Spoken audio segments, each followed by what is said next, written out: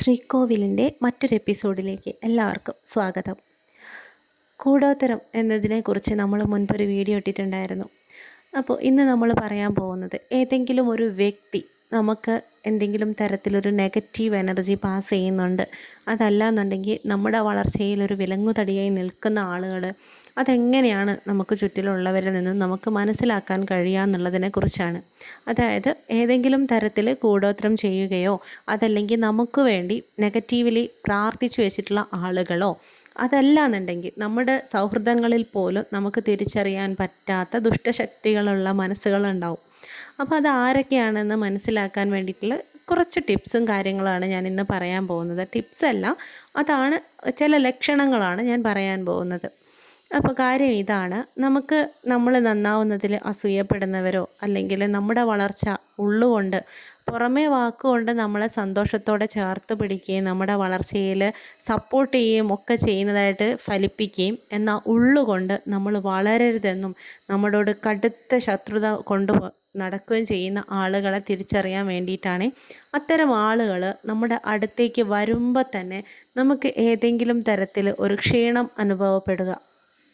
അതായത് അത്ര നേരവും നമ്മൾ നല്ല ഉത്സാഹത്തോടു കൂടി കാര്യങ്ങൾ ചെയ്ത് ചിരിച്ച് സന്തോഷത്തോടെ ഇരിക്കുകയാണെങ്കിൽ ഈ ഒരു ആൾ നമ്മുടെ അടുത്തേക്ക് വരുമ്പോഴത്തേക്കും നമുക്കൊരു വല്ലാത്തൊരു ക്ഷീണം അനുഭവപ്പെടുക, തളർച്ച, ദാഹം തോന്നുക, ഒന്ന് ഉറക്കം തോന്നുക, ഉറങ്ങിക്കിടക്കാൻ തോന്നുക, അല്ലെങ്കിൽ ഒന്നിനും വയ്യ, എന്നെ വിളിക്കണ്ട, എനിക്ക് സംസാരിക്കണ്ട, എനിക്ക് കേൾക്കണ്ട, ഒന്നിനും ഒരു താല്പര്യമില്ലാത്തൊരവസ്ഥയിലേക്ക് പോവുക. അതല്ലെങ്കിൽ അവരോട് സംസാരിക്കുമ്പം ഇടയ്ക്കിടയ്ക്ക് നമ്മൾ കോട്ടുവായിടുക, കണ്ണിൽ നിന്ന് വെള്ളം വരിക, അതികഠിനമായിട്ടുള്ള ക്ഷീണം, വിശപ്പ്, ദാഹം, ഇത്തരം കാര്യങ്ങളുണ്ടെങ്കിൽ ആ ആളിൽ നിന്ന് നമ്മൾ പ്രതീക്ഷിക്കുന്നത് പോലെയല്ല അവർ നമ്മളെ കാണുന്നത് എന്നുള്ളതാണ്.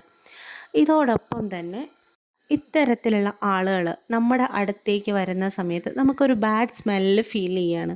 അതായത് നമുക്ക് മാത്രമേ ചിലപ്പോൾ ആ ഒരു ബാഡ് സ്മെല്ല് കിട്ടുന്നുണ്ടാവുള്ളൂ, നമ്മുടെ കൂട്ടത്തിലുള്ളവർക്ക് ചിലപ്പോൾ ഈ ഒരു ബാഡ് സ്മെല്ല് അനുഭവപ്പെടുന്നുണ്ടാവില്ല. അവർ പറയും നിൻ്റെ മൂക്കിൻ്റെ കുഴപ്പമാണ്, നിനക്ക് എപ്പോഴും ഇങ്ങനെയാണ് എന്ന് ചിലപ്പോൾ പറഞ്ഞ് തമാശയാക്കി മാറ്റിയിട്ടുണ്ടാവും.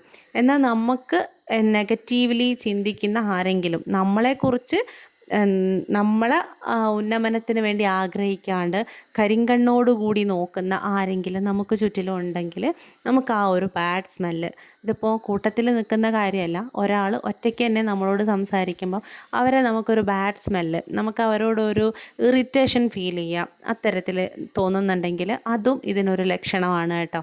അതേപോലെ തന്നെ നമുക്ക് അവരോട് സംസാരിക്കുമ്പോൾ നേരെ കണ്ണിൽ നോക്കി സംസാരിക്കാൻ പറ്റാത്തൊരവസ്ഥ വരാം. അവരെ കണ്ണിൽ നോക്കുമ്പം നമുക്കെന്തോ നോക്കാൻ പറ്റാതെ നമ്മൾ മറ്റ് പല സ്ഥലങ്ങളിലേക്കും കണ്ണ് മാറി സംസാരിക്കുക. നമുക്കൊരു കാര്യം അവരോട് പറയണം, പക്ഷേ നമുക്ക് അവരോട് മനസ്സിലുള്ളതൊന്നും പറയാൻ പറ്റാണ്ട് അവർ പറയുന്നത് തന്നെ കേട്ടോണ്ടിരിക്കുക, അവരോട് സംസാരിക്കുമ്പോൾ ബുദ്ധിമുട്ട് തോന്നുക. അതുപോലെ അവരോട് നമുക്ക് സംസാരിക്കുന്ന സമയത്ത് നമ്മൾ മനസ്സിൽ വിചാരിക്കുന്നതായിരിക്കില്ല നമ്മുടെ നാവിൽ വരുന്നുണ്ടാവുക. നമുക്ക് മനസ്സുകൊണ്ട് പലതും സംസാരിക്കണം എന്ന് തോന്നും, പക്ഷെ നമുക്ക് തോന്നാത്ത പലതുമായിരിക്കും നമ്മുടെ നാവിൽ കയറി വരുന്നുണ്ടാവുക. അല്ലെങ്കിൽ ആഗ്രഹിച്ചതൊന്നും പറയാതെ എന്തെല്ലാമോ പറഞ്ഞ് നമ്മൾ തിരിച്ചു പോരുന്നൊരവസ്ഥ. നമ്മൾ വിചാരിച്ച കാര്യങ്ങളായിരിക്കില്ല അവിടെ സംഭവിക്കുന്നുണ്ടാവുക. നമ്മൾ എന്താണോ അതായിരിക്കില്ല നമുക്ക് അവിടെ പ്രസൻറ്റ് ചെയ്യാൻ സാധിക്കുന്നുണ്ടാവുക. എന്നുവെച്ചാൽ നമ്മളിപ്പോൾ ഒരു ഫങ്ഷൻ അറ്റൻഡ് ചെയ്യുകയാണ്, അപ്പോൾ കൂട്ടത്തോടെ ഇരിക്കുന്ന സമയത്ത് നമ്മൾ സംസാരിക്കുമ്പം നമ്മളെല്ലാവർക്കും ഇഷ്ടപ്പെടുന്ന രീതിയിലുള്ള കാര്യങ്ങൾ നമുക്ക് സംസാരിക്കാം. നമ്മളെ പെരുമാറ്റം, നമ്മുടെ സ്വഭാവം, ഇതൊക്കെ ആളുകൾക്ക് ഇഷ്ടമുള്ള കാര്യങ്ങളായിരിക്കാം. പക്ഷേ ഈ ആൾ കൂടെ നമ്മളടുത്തേക്ക് വരുന്ന സമയത്ത് നമ്മൾ സംസാരിക്കുന്നതൊക്കെ വഴിമാറിപ്പോവുക, നമ്മൾ വിചാരിച്ചതൊന്നും അവിടെ പ്രസൻറ്റ് ചെയ്യാൻ പറ്റാതായി പോവുക. ഇത്തരത്തിലൊക്കെ ഉണ്ടെങ്കിൽ ഉറപ്പായിട്ടും ഈ ഒരു വ്യക്തിയാണ് ഇതിന് കാരണക്കാരെന്നുള്ളത് നമുക്ക് 100% ഉറപ്പിക്കാൻ സാധിക്കും കേട്ടോ.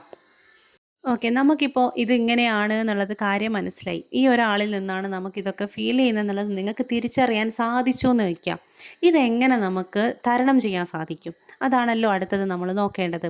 അതായത് നമ്മൾ അവരോട് സംസാരിക്കുമ്പോൾ എനിക്കൊരാളെ മനസ്സിലായി, ഇദ്ദേഹത്തിൻ്റെ അടുത്ത് പോകുമ്പോഴാണ് എനിക്കിതെല്ലാം ഫീൽ ചെയ്യുന്നത്, അപ്പോൾ ഇവർ എന്നെക്കുറിച്ച് ഇങ്ങനെയായിരിക്കാം ചിന്തിക്കുന്നതെന്ന് ഒരു ചെറിയൊരു സൂചനയെങ്കിലും എനിക്ക് കിട്ടിക്കഴിയുമ്പോൾ പിന്നീട് അവരുമായിട്ട് കോണ്ടാക്റ്റ് വരുന്ന സമയത്ത് സംസാരിക്കുകയാണെങ്കിലും കാണുകയാണെങ്കിലും ഒക്കെ നമ്മൾ ആ ഒരു നേരത്ത് ഒന്നുകിൽ നമ്മുടെ ശരീരത്തിൽ ഒരു തുളസിയില ഒന്നുകിൽ നമ്മൾ കയ്യിൽ പിടിക്കുക, അല്ലെങ്കിൽ മുടിയിൽ ചൂടുക, ഇതിന് വേണ്ടിയിട്ടൊക്കെ തന്നെയാണ് പണ്ട് കാലങ്ങളിൽ സ്ഥിരമായിട്ട് നമ്മൾ മുടിയിൽ തുളസി ചൂടി പോയിക്കൊണ്ടിരുന്നത്.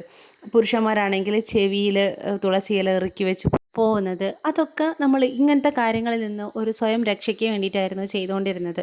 അത് മാത്രമല്ല പല കാരണങ്ങളുണ്ട്. അപ്പോൾ നമ്മൾ ഈ ഒരു കാര്യം ചെയ്യുക, നമ്മളെ ശരീരത്തിൽ ഡ്രസ്സിനുള്ളിൽ ഒളിപ്പിച്ച് വയ്ക്കുകയോ അല്ലെങ്കിൽ കയ്യിൽ പിടിക്കുകയോ അതേതെങ്കിലും ഒന്ന് ഫോളോ ചെയ്യുക. അല്ലാതെ നമുക്ക് ചെയ്യാൻ പറ്റിയൊരു കാര്യം, കല്ലുപ്പ് ഉണ്ടെന്നുണ്ടെങ്കിൽ കല്ലുപ്പ് കയ്യിലിട്ടിട്ട് നമ്മൾ അവർക്ക് മനസ്സിലാവുന്ന രീതിയിൽ ചെയ്യണമെന്നില്ല.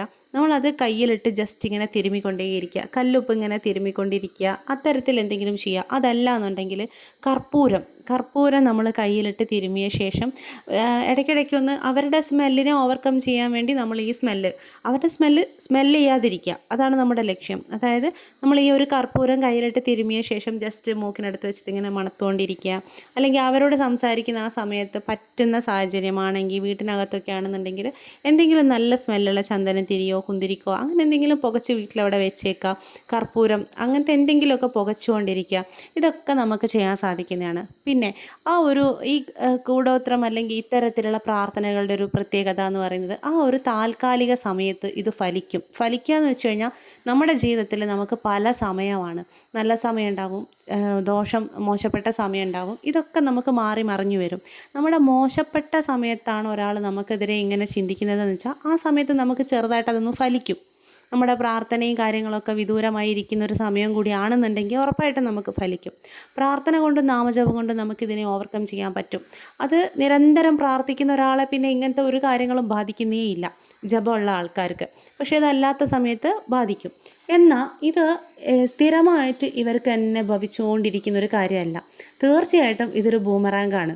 ആരാണോ ഒരാൾക്ക് ഇത്തരത്തിൽ ദോഷപ്പെട്ട കാര്യങ്ങൾ ചെയ്തു വെക്കുകയോ അല്ലെങ്കിൽ പ്രാർത്ഥിക്കുകയോ ചെയ്യുന്നത്, തീർച്ചയായിട്ടും 100% അത് തിരിച്ച് പോയതിനെക്കാട്ടി സ്പീഡിലും തീവ്രമായിട്ടും തിരിച്ച് ആ ചെയ്ത ആൾക്ക് തന്നെ ഫലിക്കുമെന്നുള്ളതാണ്.